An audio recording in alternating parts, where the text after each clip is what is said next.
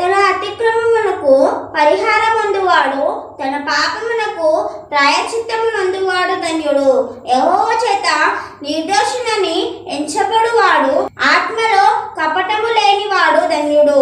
నేను మౌనినై ఉండగా దినమంతయు నేను చేసిన నా ఆర్తధ్వని వలన నా ఎముకలు క్షీణించినవి. దీవారాత్రములు నీ చేయి నా మీద బరువుగా నుండెను. నా సారమంతయు వేసవి కాలమున ఎండినట్టాయెను. నా దోషమును కప్పుకొనక నీ ఎదుట నా పాపము ఒప్పుకొంటిని. యెహోవా సన్నిధిని నా అతిక్రమములు ఒప్పుకొందుననుకొంటిని. నీవు నా పాప దోషమును పరిహరించి ఉన్నావు. వాక్యము మన హృదయాలలో వర్ధిల్లును గాక. ఆమేన్. Thank you for watching my videos. Like, share, comment and subscribe to my channel.